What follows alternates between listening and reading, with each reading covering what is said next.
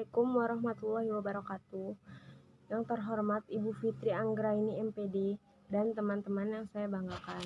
Perkenalkan, kami dari kelompok 7 dengan saya Yulina Rosa dan rekan saya Atika Restu Bunda. Di sini kami akan mempresentasikan tentang penalaran dalam karangan. Dan saya akan mulai. Yang pertama yaitu hakikat dari penalaran. Hakikat dari penalaran adalah berpikir secara logis dan sistematis dengan mengikuti alur tertentu berdasarkan pengamatan dan penginderaan dalam menemukan suatu kebenaran.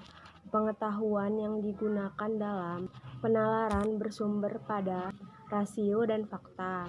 Pendapat yang mengatakan rasio sebagai sumber kebenaran melahirkan paham rasionalisme, sedangkan pendapat yang menyatakan fakta yang tertangkap melalui penginderaan dan pengalaman sebagai sumber kebenaran melahirkan paham empirisme. Dan yang kedua yaitu jenis-jenis penalaran dalam yang pertama yaitu penalaran indukatif. Penalaran indukatif adalah proses menarik kesimpulan yang berupa prinsip atau sikap yang berlaku umum berdasarkan fakta-fakta yang bersifat khusus. Dan yang kedua yaitu penalaran dedukatif. Penalaran dedukatif yaitu suatu pembelajaran yang bermula dari peristiwa umum, yang telah diketahui dan diyakini kebenarannya dan menghasilkan kesimpulan baru yang bersifat lebih khusus.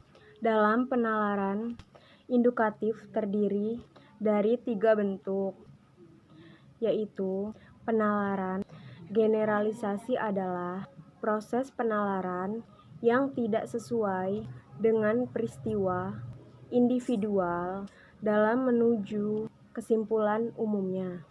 Analogi adalah cara penarikan kesimpulan dari sebuah penalaran dari membandingkan dua hal yang mempunyai sifat sama. Dan yang ketiga adalah hubungan kausal. Hubungan kausal adalah penalaran yang didapat dari gejala-gejala yang saling berhubung. Penalaran hubungan kausal masih terdiri dari 3 macam lagi. Kriteria kebenaran. 3 teori kebenaran yaitu koherensi, korespondensi, pragmatis.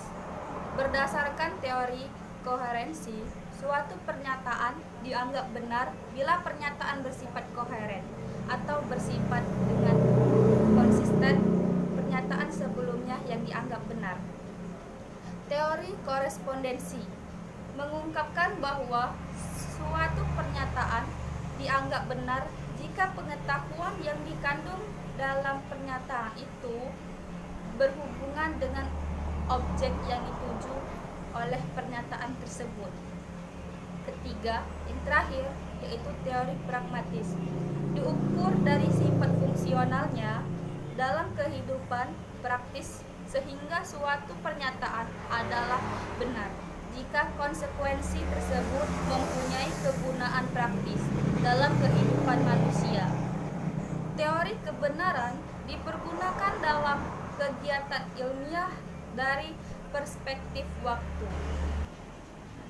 Kesalahan dalam bernalar dibagi menjadi 2, yaitu kesalahan penalaran induktif dan deduktif. Kesalahan penalaran induktif dapat terjadi ketika cara berpikir, baik itu generalisasi, analogi, maupun sebab dan akibat. Kesalahan penalaran induktif yaitu generalisasi yang terlalu luas. Dasar analogi yang digunakan bukan merupakan ciri esensial.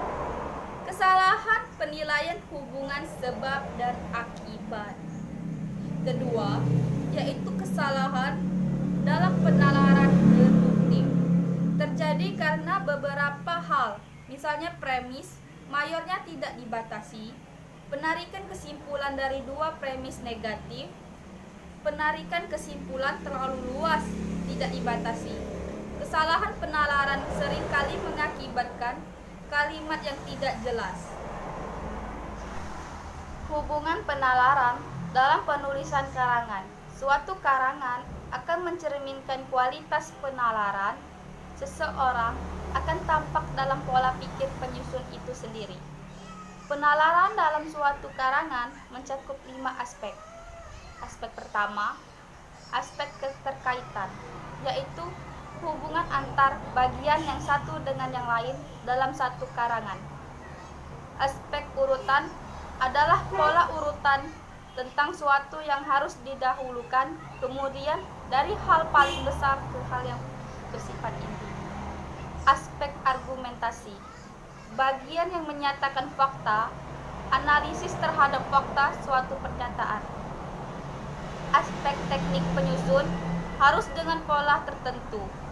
Teknik ini bersifat baku dan universal. Aspek bahasa, disusun dengan bahasa yang baik dan benar. Baiklah teman-teman, hanya itu yang dapat kami sampaikan. Lebih kurangnya kami memohon maaf. Kepada Allah kami memohon ampun. Semoga ilmu yang kami berikan bermanfaat bagi kita semua. Dan jangan lupa subscribe dan like video ini.